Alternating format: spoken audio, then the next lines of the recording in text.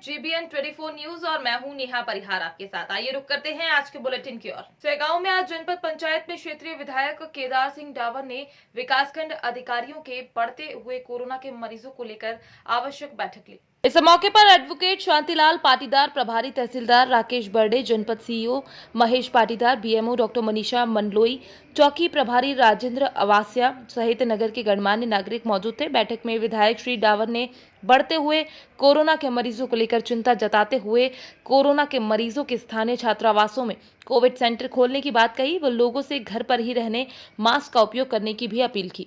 बैठक किस बात को लेकर? ये कोरोना महामारी के संबंध में आज व्यवस्था के संबंध में आज सेगांव ब्लॉक में हमारे सभी अधिकारियों के साथ बैठक की गई। यहाँ की व्यवस्था क्योंकि अब ग्रामीण क्षेत्र में भी ये कोविड-19 का वायरस फैल रहा है और हमारे लोगों के यहीं इलाज मिले, इस बाबत यहाँ की व्यवस्थाओं को देखना। आपने भगवानपुरा में कोविड सेंटर खुलवाया, यहाँ पर क्या योजना है आपकी? यहाँ के भी कोविड सेंटर भगवानपुरा, नाम केवल भगवानपुरा छपा है, लेकिन भगवानपुरा सेगांव दोनों ब्लॉक मुख्यालयों पे वहाँ की बैठक में ये तय हुआ है। और यहाँ की व्यवस्था आज जो हॉस्टल को भी कोविड सेंटर बनाने के लिए सीओ साहब, तहसीलदार साहब और बीएमओ ने निरीक्षण कर लिया है। वहाँ 50-50 बेडों की व्यवस्था करने की तैयारी चल रही है। और यहाँ के जो डॉक्टर स्टाफ और अन्य जो स्वास्थ्य विभाग के अमला है, जिसको खरगोन शिफ्ट कर लिया है, उसको भी हम ये सेंटर चालू होता है तो यहाँ हमको तकलीफ पड़ेगी, इनको भी यहाँ वापस लाने की बात है। दहेज के लालच में शादी तोड़ने वाले वर पक्ष पर इंदरगढ़ थाने में मामला दर्ज हुआ। इंदरगढ़ में दहेज के लालच में शादी तोड़ने वाले वर पक्ष के विरुद्ध थाने में मामला दर्ज कराया गया। ग्राम खैरोना घाट निवासी रमाकांत तिवारी पुत्र रामेश्वर ने इंदरगढ़ थाने में रिपोर्ट दर्ज कराई कि ग्राम भरोली निवासी रामकिशोर शर्मा, साधना, आकाश एवं अंकित जी ने दहेज की मांग करते हुए उनकी बहन से शादी तोड़ दी। जब इस बात को लेकर वर पक्ष से बात करने की कोशिश की गई तो उक्त लोगों ने गाली गलौज कर जान से मारने की धमकी दे डाली। रमाकांत के मुताबिक उसने अपनी बहन का रिश्ता भरोली निवासी आकाश शर्मा के साथ तय किया था और 26 अप्रैल को शादी होना निश्चित हुआ था। लेकर थाने में आया, रिपोर्ट दर्ज कराई, क्या मामला है? अरे हमारी भतीजी की शादी थी 26 अप्रैल की, तो जो उसका भाई है रमाकांत, उसने रिपोर्ट दर्ज कराई है। वो क्या है कि भरौली में शादी तय की थी झाड़खड़िया परिवार से, रामकिशोर झारखड़िया के यहाँ 2 लाख नगद और 2 लाख का सामान ऐसा तय हुआ था। वो बदल गए हैं, 5 लाख मांग रहे हैं, शादी कैंसिल कर दी है। उनके यहाँ कल हम लोग गए, बातचीत रखी कि शादी करेंगे अपन 26 तारीख की। वो बोली 5 लाख रुपए हों तो शादी करेंगे। उनकी पत्नी बोली साधना झारखड़िया बोली कि 5 लाख रुपए हों तो शादी फाइनल है, अगर तुम्हारे पास पैसे नहीं हैं तो जाइए यहाँ से। अश्लील बातें की उसने, गाली गलौज भी की है, जान से मारने की धमकी भी दी है। तो हम सब लोग आए हैं, उसको अपनी भतीजे के भाई को लेके आए हैं, रमाकांत को, तो यहाँ थाने में FIR दर्ज कराई है। क्या कार्ड बट गए थे और लगन हो गई थी, ठीक है कि नहीं? तो कार्ड भी प्रति में यहाँ थाने में संलग्न है। यही पूरी बातचीत है। क्या क्यों डिमांड पहले क्यों बढ़ाने, क्या कारण है, क्यों बढ़ाई डिमांड? पहले उन्होंने 2 लाख रुपए नगद मांगे थे और सामान के 2 लाख का सामान मांगा था। हमने तो चूँकि 2 लाख दे रहे थे, वो बोली नहीं 5 लाख देना पड़ेंगे और सामान अलग से देना पड़ेगा। आपने पक्कात में कितने पैसे चढ़ाए थे? हमने लड़का पक्का करने में 51,000 रुपये नगद दिए थे, 25,000 रुपये का सामान और कपड़े थे, 8,000 रुपये वहाँ हमने बांटे थे उनके लिए नेक में, ठीक है। और 1,50,000 और देना थे, तो वो बोली नहीं पूरे 5 लाख देना पड़ेंगे। आपकी शादी की तैयारियां पूरी हो गई? पूरी शादी की तैयारियां हो गई थी, 26 तारीख की शादी थी हमारी। आपने सामान भी खरीदा होगा? पूरा सामान खरीद लिया है। इंदरगढ़ में नगरिया फर्नीचर्स के यहाँ से पूरा सामान खरीदा था, इलेक्ट्रिकल्स के यहाँ का सामान खरीदा था, उन्हीं से पूरा सामान खरीदा है। पुलिस से क्या कार्रवाई चाहते हैं? पुलिस से अपन FIR चाहते हैं। दहेज एक्ट की जिनने पैसा मांगे है, शादी कैंसिल की है, तो यही कार्रवाई चाहते हैं। कोरोना का कोहराम मुरैना जिले के साथ साथ जिला एवं सत्र न्यायालय परिसर में भी प्रवेश कर गया है। इसने एक ADJ, 4 प्रथम श्रेणी न्यायाधीश, एक ADPO तथा आधा दर्जन न्यायालयीन कर्मचारियों को अपनी चपेट में ले लिया है। इससे न्यायालय में हड़कंप मच गया है।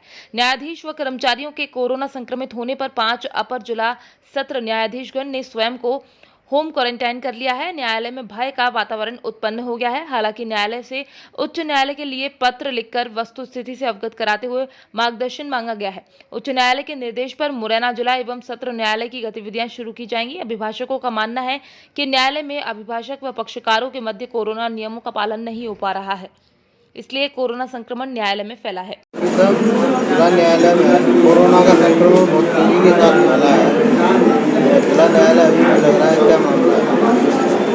न्यायालय में पहले तो बहुत पाबंदियां थी और केवल अभिभाषकों को अंदर आने के लिए अनुमति थी, लेकिन ये सारी स्थितियां जैसे ही हटी और जितने क्लाइंट्स थे वो सब जैसे ही आना शुरू हुए तो कोरोना प्रोटोकॉल का पालन नहीं हो पाया। न किसी ने मास्क लगाया, न कोई दूरी बनाई। एक्चुअली यहाँ इतनी व्यवस्था भी नहीं है वकीलों के बैठने के लिए और क्लाइंट के बैठने के लिए प्रॉपर जगह ही नहीं है इतनी कि हम लोग दूरियां बना सकें।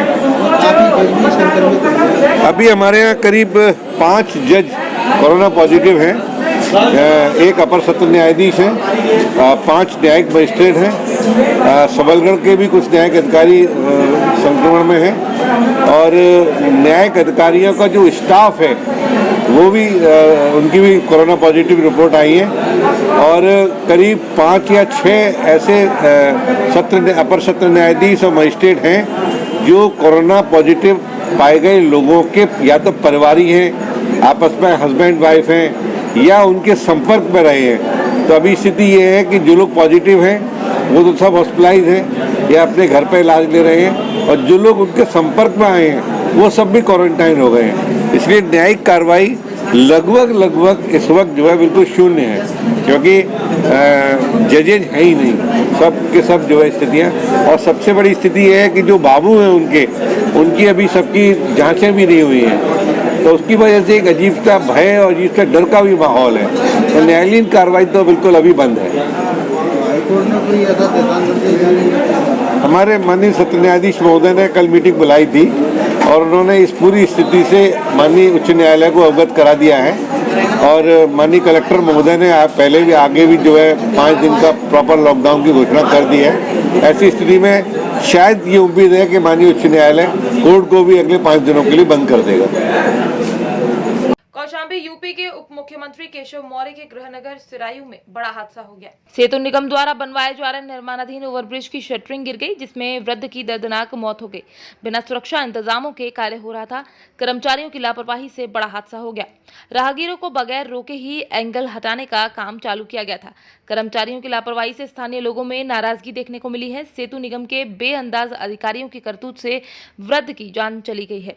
सेतु निगम के अधिकारी कर्मचारी मौके से फरार हो गए। इसी तरह पिछली घटनाओं से भी कोई सबक नहीं लिया गया। खजुराहो में सांसद बीडी शर्मा ने अधिकारियों के साथ स्वास्थ्य सुविधाओं की समीक्षा बैठक। कोविड-19 के बढ़ते प्रकरणों को देखते हुए खजुराहो लोकसभा क्षेत्र से सांसद विष्णुदत्त शर्मा ने होटल झंकार में प्रशासनिक अधिकारियों व स्वास्थ्य विभाग के अधिकारियों के साथ महत्वपूर्ण बैठक में भाग लिया। क्षेत्र में ऑक्सीजन, दवाइयां एवं कोविड-19 से पीड़ित बीमार जनों के लिए अस्पतालों में समुचित व्यवस्था की निगरानी एवं व्यवस्थाओं के संदर्भ में दिशा निर्देश दिए। व्यवस्थाओं को लागू करने हेतु अधिकारियों के साथ महत्वपूर्ण अधिकारियों ने अपने विचार रखे। जिले में सर्वाधिक खजुराहो क्षेत्र में पाए जा रहे हैं, तो क्या आपको लगता है खजुराहो में वेंटिलेटर हो, चाहे एक्सरे, डिजिटल एक्सरे हो या अन्य जो ऑक्सीजन हो, अन्य सुविधाएं हो खजुराहो में, जिससे कि बिल्कुल राजीव जी, आपने ठीक कहा है। हमारी इसी बात की चिंता है। खजुराहो वर्ल्ड हेरिटेज है, भारत के 17 आइकॉनिक सिटी में से एक बनने जा रहा है। इसलिए मैं विशेष तौर पर आज कोरोना का जो संकट है और पॉजिटिविटी रेट खजुराहो की छतरपुर जिले में ज़्यादा है, तो इसको लेकर के प्रशासन भी चिंतित है और प्रशासन भी अपना काम, हमारे कलेक्टर महोदय से लेकर के एसपी और बाकी सभी अधिकारी इस काम में लगे हैं।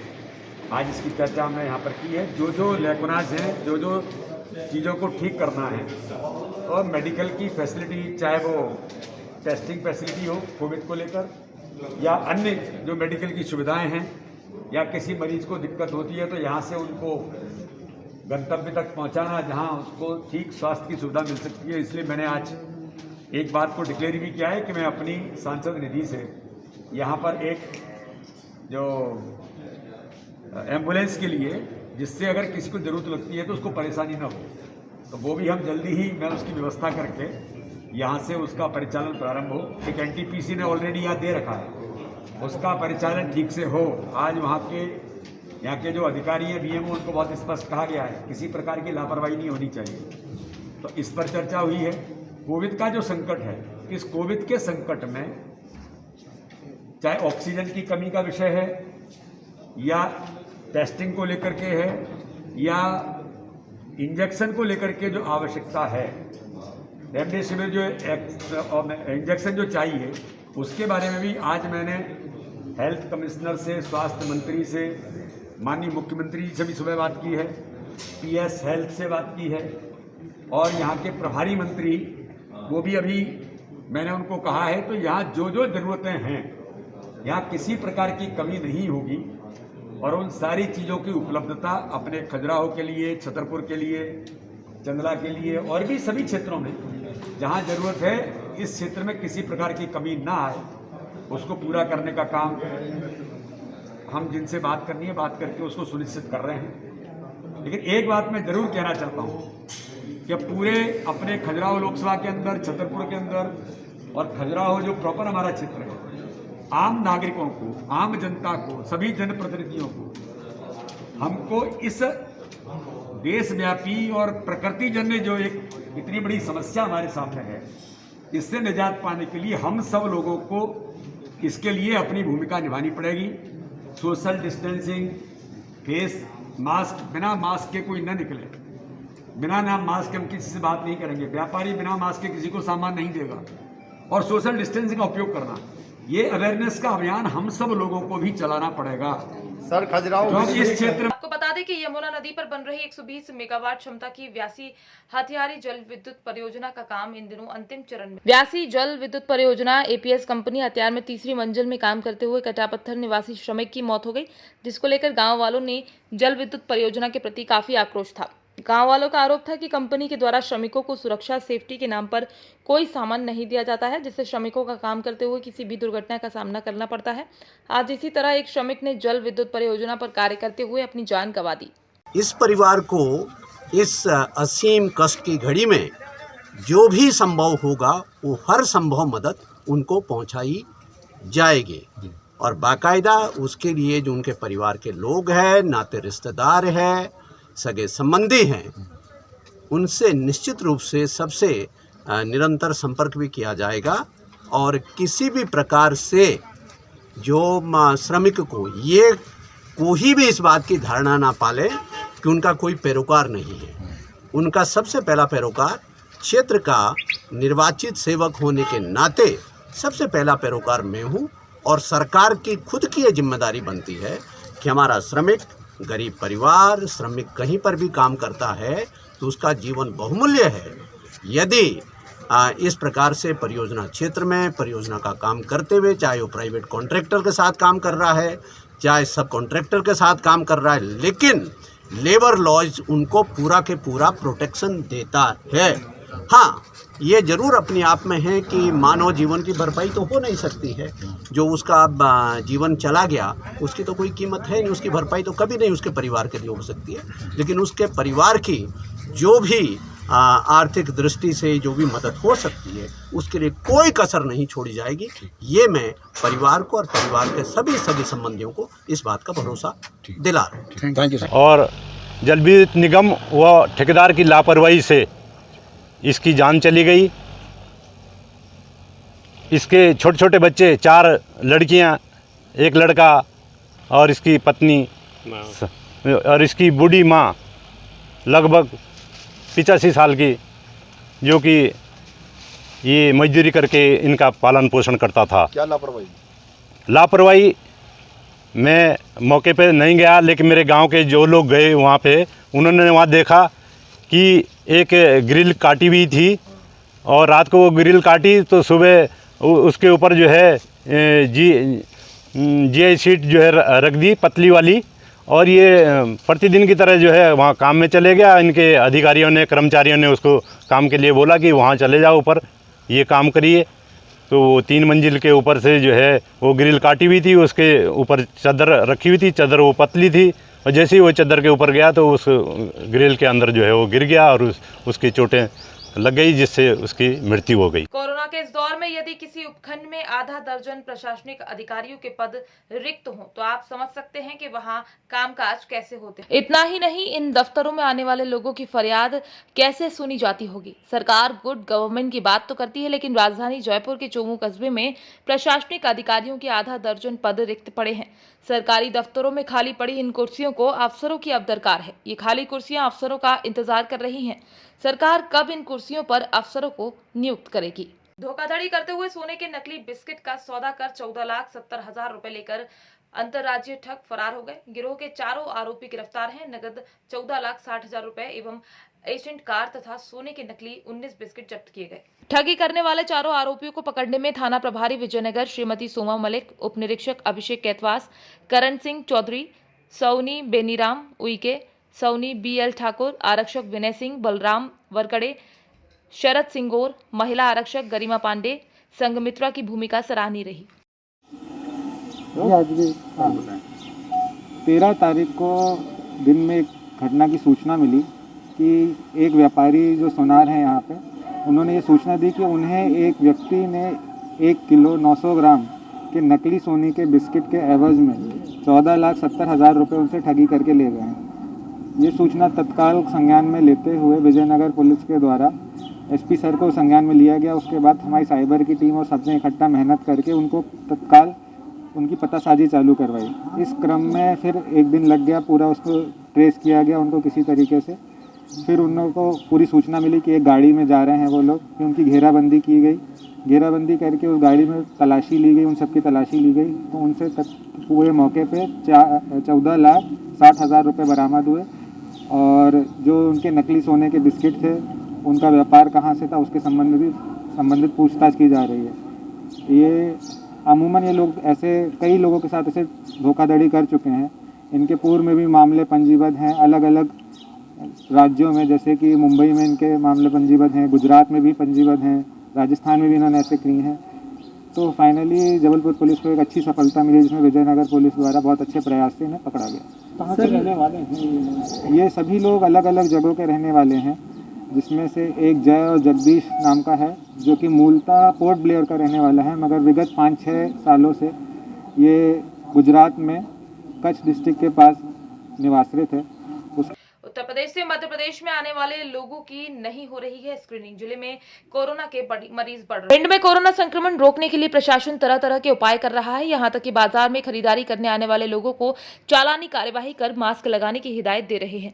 ये सब करने के बावजूद भी संक्रमण के मरीज लगातार बढ़ रहे हैं, जिसकी मुख्य वजह देखी जाए तो आज न्यूज 24 एक्सप्रेस की टीम ने बरही गाँव के नाके पर उत्तर प्रदेश से आने वाले लोगों का हाल जाना, तो यहाँ हकीकत निकलकर सामने आई।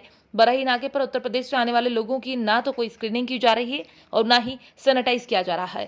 24 एक्सप्रेस की टीम आज पहुंची है उत्तर प्रदेश और मध्य प्रदेश के सीमा पर बरही गांव में।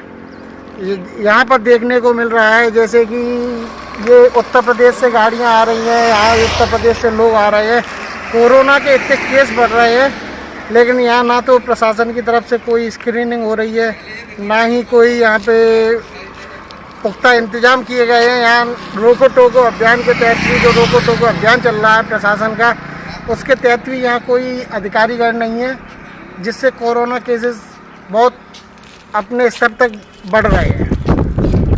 क्या नाम है आपका? आकाश ठाकुर। कहाँ से आप आ रहे हो? बसिया से। ये कहाँ पड़ता है? एक आवाज़ पड़ता हुआ। अभी आप कहाँ जा रहे हो? यहीं जा रहा है। कहाँ पर? यही गाँव है, यही गाँव है। कौन सा गांव है? किस गांव में? बरही। बरही में? बरही। आप यहाँ मध्य प्रदेश की सीमा में जा रहे हो, कोरोना के इतने केसेस बढ़ रहे हैं, क्या यहाँ स्क्रीनिंग वगैरह हो रही है क्या यहाँ ये मध्य प्रदेश की सीमा में? मुझे तो कहीं नहीं, ना ही कोई यहाँ पे अधिकारी वगैरह चेक वगैरह कुछ नहीं हुआ है। कोरोना के इतने केस बढ़ रहे हैं, इस पर आप क्या कहना चाहिए? यहाँ क्या व्यवस्थाएं होनी चाहिए? अब हमारे कहने से क्या सब कुछ हो जाएगा? फिर भी एक अपना तो रहता ही है बोलने का रहता है, लेकिन बोलना तो यही चाहूँगा। वैसे कितनी बीमारियाँ बढ़ रही हैं, तो मैं यही बोलना चाहूँगा कि सॉल्व करने की जरूरत। क्या नाम है आपका? कहाँ के निवासी हो?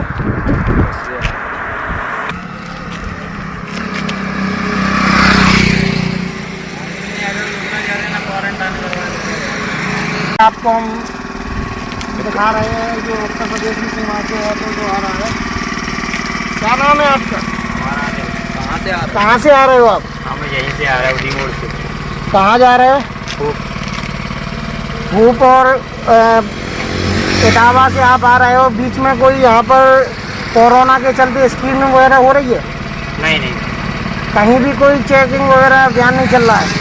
चेकिंग तो वैसी तो चल रही, धूप में चल रही वैसी। ये कोरोना को लेकर? हाँ, कोरोना की धूप में चल रही है और उदी मोड़ पे तो कोई नहीं है। अच्छा, यहाँ जो सीमा है उस पर यहाँ कोई नहीं है? यहाँ कोई है ही नहीं। यहाँ कौन है? कोई नहीं। क्या नाम है? क्या नाम है? अनिल।